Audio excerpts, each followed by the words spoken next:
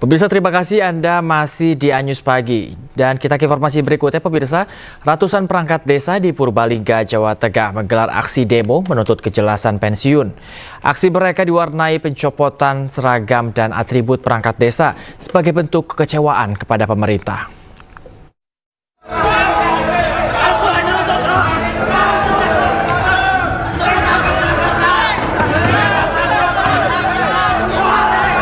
Para perangkat desa di Purbalingga, Jawa Tengah beramai-ramai mencopot seragam dinas harian dan kartu tanda pengenal mereka.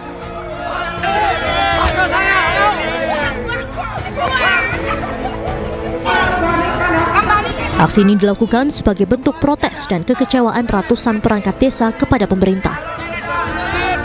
Sedikitnya 133 perangkat desa yang tergabung dalam Persatuan Perangkat Desa Indonesia Kabupaten Purbalingga menggelar aksi damai.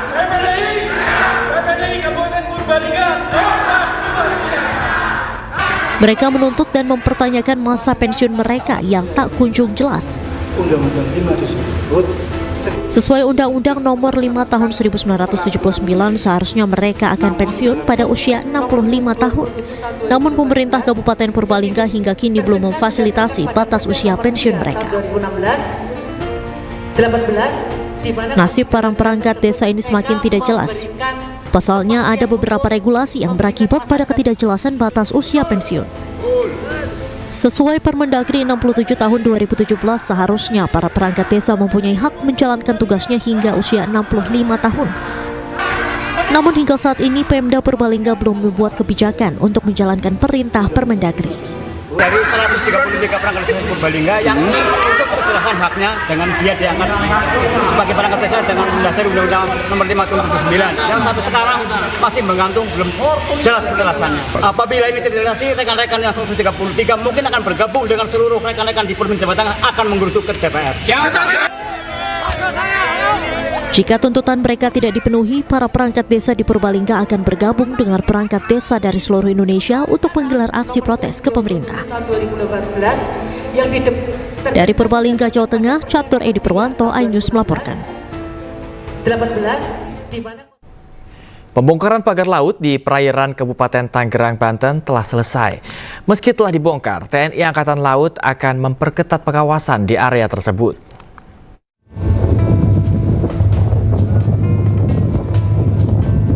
TNI Angkatan Laut bersama nelayan membongkar pagar laut di perairan Kabupaten Tangerang yang tersisa 1 km pada hari Kamis. Sisa pagar ini dipastikan selesai dibongkar di hari yang sama.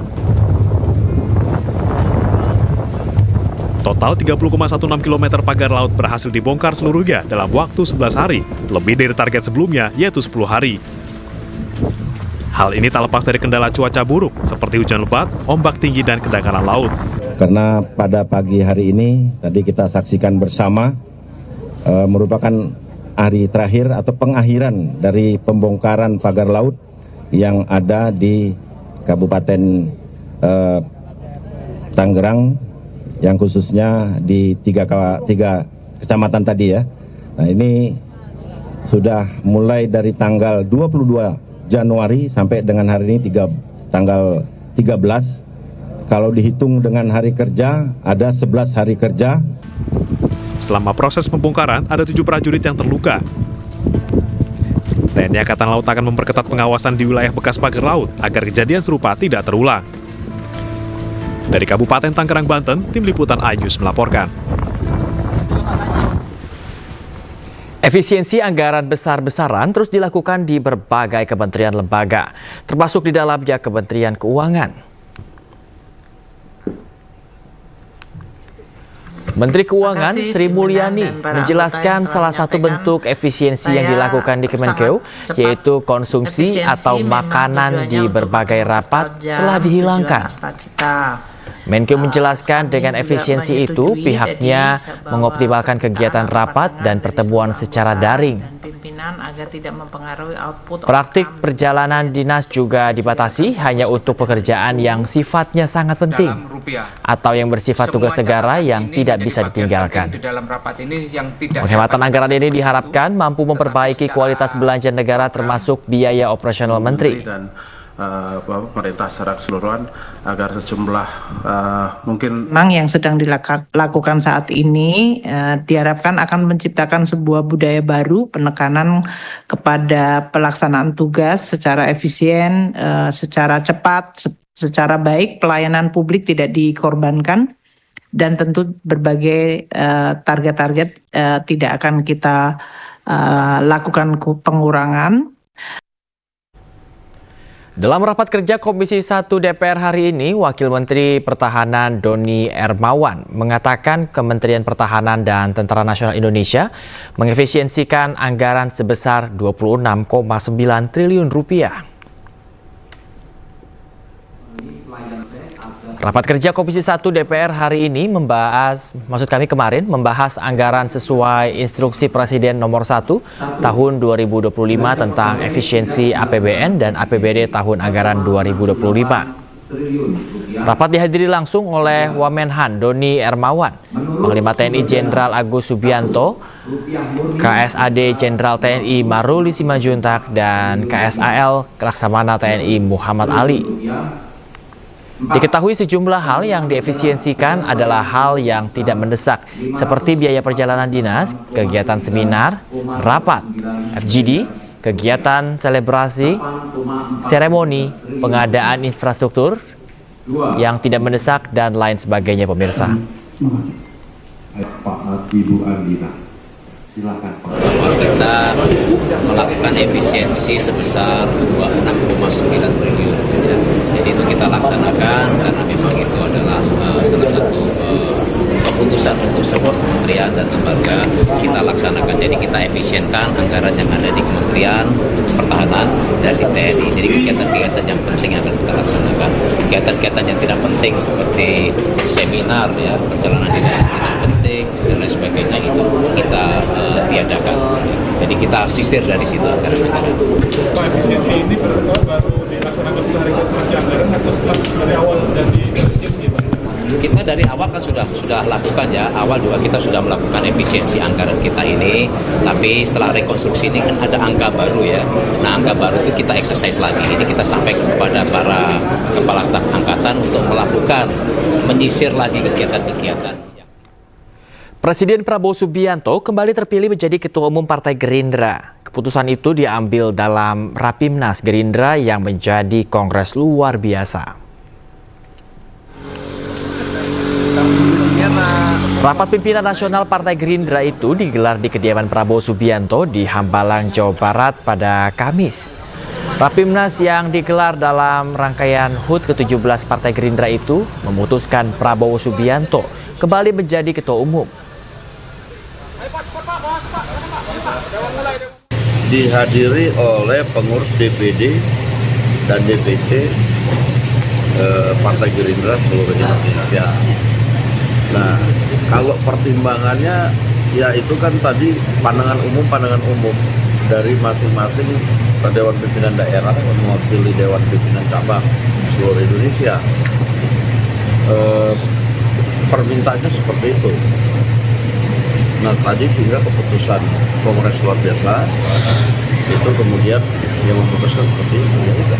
Ini terkesan mendadak, Bang, maksudnya nggak ada info sebelumnya atau rapat sebelumnya gitu? Ya, sebenarnya acaranya hari ini Rapimnas, tapi kemudian permintaan dari peserta karena juga memenuhi persyaratan untuk perubahan dari Rapimnas menjadi Kongres luar biasa, sehingga tadi kemudian dibuatlah Kongres luar biasa. Panas kok diusulkan lagi menjadi calon presiden dari Bapak Prabowo? Banyak usulan-usulan tadi, tapi antara lain yang paling penting itu adalah meminta menjadi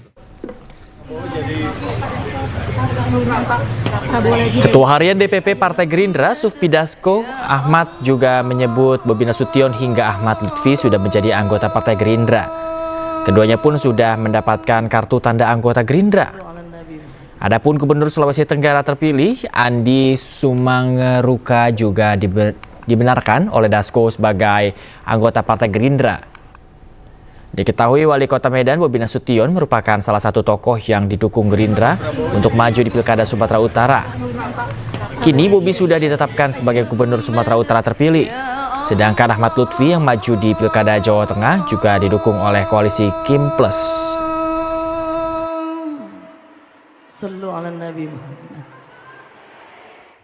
Tapi antara lain yang paling penting itu adalah meminta menjadi ketua umum untuk 5 tahun ke depan. Tadi itu sudah diketok. Bang, Prabowo yang menerima belum? Sudah diketok. Bang, ini Bobi Nasution, Pak Lutfi, itu dia dapat KTA Bang ya? Satu lagi Bang, yang terakhir Bang, beneran Bang. Bang, konfirmasi itu aja Bang. Sudah dapat KTA. Oh, siap. Sudah jadi anggota. Sama Andi Sumangeruka juga Bang berarti. Usai kunjungan ke Vatikan, Presiden kelima Republik Indonesia, Megawati Soekarno Putri, melaksanakan ibadah umroh di Mekah, Arab Saudi. Megawati juga berziarah ke makam Nabi Muhammad SAW untuk menyempurnakan ibadah umrohnya. Usai berumroh di Makkah Al-Mukarramah, Megawati Soekarno Putri hari ini tiba di Madinah dan rencananya Megawati akan mengunjungi Raudah. Dan saat ini pemirsa, saya ada di pelataran Masjid Nabawi dan nanti Megawati Soekarno Putri dan keluarga akan memanjatkan doa di sini. Karena di Masjid Nabawi dan Raudah ini adalah salah satu tempat yang paling mustajab untuk memanjatkan doa.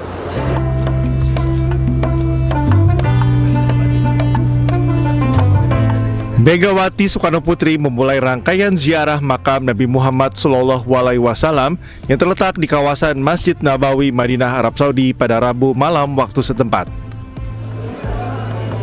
Megawati didampingi dua anaknya, Ketua DPR RI Puan Maharani dan Muhammad Rizky Pratama, beserta cucunya Diah Pikatan Orisa, serta ditemani oleh sejumlah delegasi lainnya dari Indonesia, diantaranya Duta Besar Indonesia untuk Tunisia, Zuhairi Misrawi. Megawati dan rombongan memasuki Masjid Nabawi dan langsung melaksanakan sholat sunnah Tahiyatul Masjid, sholat sunnah Taubat, dan sholat sunnah Hajat. Dalam kesempatan ini, Megawati dipandu oleh Sheikh Mustafa Muhammad Al-Arabi, protokol kerajaan untuk Masjid Nabawi, serta penjaga makam Nabi Muhammad untuk menyampaikan salam kepada Rasulullah. Megawati kemudian memanjatkan doa pribadi bersama-sama keluarga. Selain itu, pada ibadah kali ini, Megawati memberikan perhatian khusus terhadap para lansia yang seharusnya diutamakan dalam penyelenggaraan haji. Bukannya saya tentu mendapatkan kehormatan, berkah, masih tetap diakui sebagai VVIP, diterima dengan baik. Tapi kan saya juga mikir, mereka gimana caranya gitu, maksud saya. Buat jangan asal mikir, saya suka. Dulu waktu presiden saya bilang, ini agama saya Pak Menteri, cari dulu orang-orang yang miskin-miskin itu, aku bilang. Ziarah makam Nabi dan Raudhah Nabi Muhammad SAW merupakan penyempurnaan ibadah umroh Megawati dan juga keluarga. Raudah merupakan tempat yang sangat istimewa di Masjid Nabawi ini. Tidak hanya menjadi tempat ibadah, melainkan telah menjadi simbol untuk mendapatkan ketenangan, mendekatkan diri kepada Allah, dan meraih surga. Tak heran jika banyak jamaah haji maupun umroh berlomba-lomba dan selalu merindukan untuk datang ke Taman Surga ini. Dari Madinah, Arab Saudi, Gede Satria, iNews melaporkan. Megawati Soekarno Putri menjalankan ibadah umroh bersama keluarga di Mekah, Arab Saudi. Selain berdoa untuk pribadi dan keluarga, Ketua Umum PDIP itu tak lupa memanjatkan doa khusus untuk keselamatan bangsa.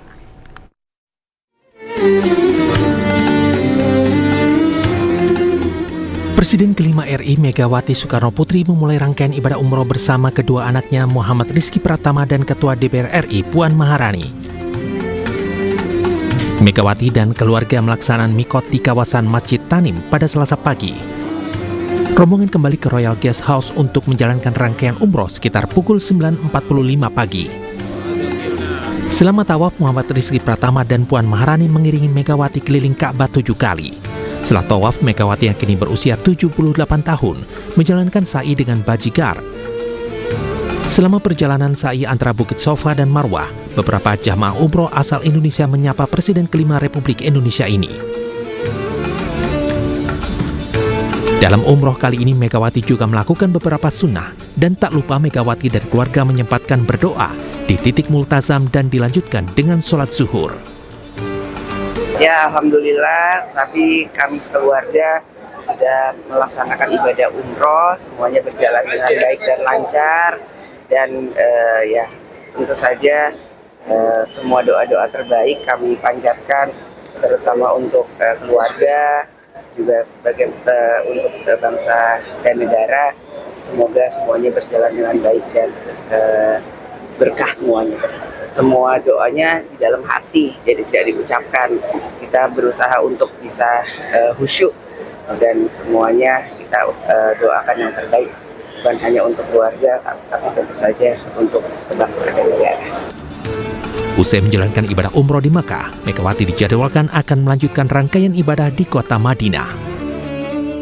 Momen umroh kali ini menjadi sangat istimewa bagi Megawati Soekarno Putri dan keluarga, karena terakhir Megawati Soekarno Putri datang ke Tanah Suci ini untuk beribadah haji pada tahun 2012 lalu bersama dengan almarhum suaminya Taufik Kemas.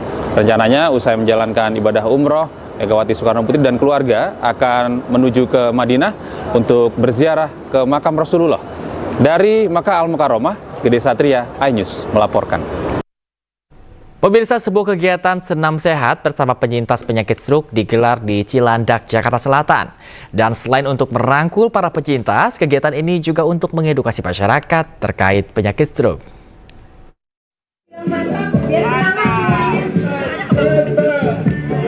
Persatuan Penyintas Stroke Indonesia menggelar senam bersama di Taman Bona Indah, Lebak Bulus, Cilandak, Jakarta Selatan.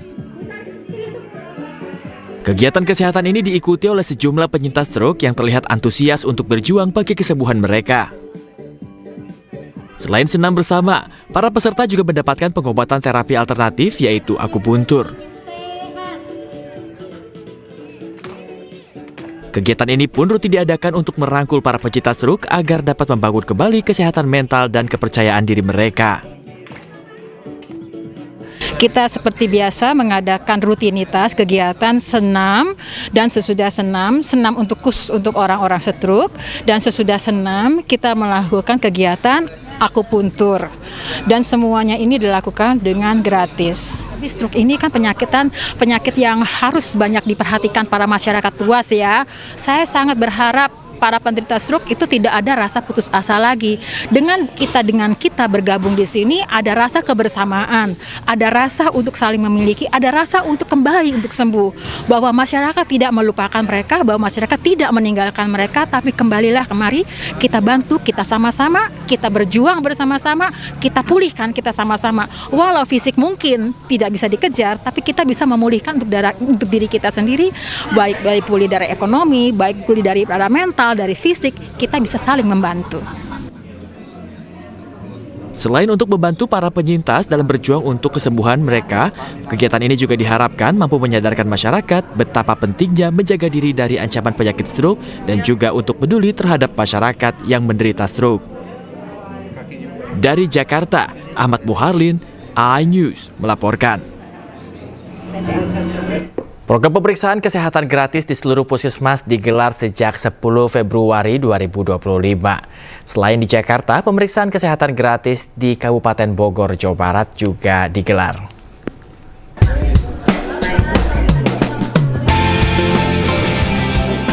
Pemerintah menggelar pemeriksaan kesehatan gratis di seluruh puskesmas mulai 10 Februari 2025. Salah satunya di Puskesmas Gambir, Jakarta Pusat. Hari ketiga pemeriksaan kesehatan gratis kali ini dihadiri Menteri Koordinator Bidang Pembangunan Manusia dan Kebudayaan Pratikno yang berulang tahun. Di ulang tahunnya yang ke-63, Pratikno menjalani pemeriksaan darah, mata hingga jantung. Pemeriksaannya sangat lengkap, bahkan ada pemeriksaan yang saya belum pernah lakukan sebelumnya di pemeriksaan yang sebelum-sebelumnya. Sementara di Kabupaten Bogor, Jawa Barat, bertepatan Hari Anemia Dunia, pemeriksaan kesehatan gratis juga digelar di kantor Kelurahan Nanggawer, Kecamatan Cibino. Kali ini masyarakat yang terdiri dari ibu dan anak dapat memeriksa kondisi tulang agar terhindar dari risiko anemia. untuk mendukung semua program pemerintah untuk menurunkan angka kematian ibu, angka kematian bayi, dan juga mencegah stunting, bagaimana intervensi spesifik yang dilakukan oleh Bidan Indonesia, yaitu melakukan screening anemia defisiensi besi, yang kita tahu bahwa anemia ini juga berkontribusi besar dalam adanya komplikasi-komplikasi, baik komplikasi terhadap ibu dan juga bayi yang dilahirkan. Usai pemeriksaan kesehatan massal, warga juga dibekali pengetahuan tentang pencegahan anemia. Rencananya pemeriksaan kesehatan gratis digelar selama bulan Februari 2025. Dari Jakarta dan Bogor, Jawa Barat, Tim Liputan iNews melaporkan.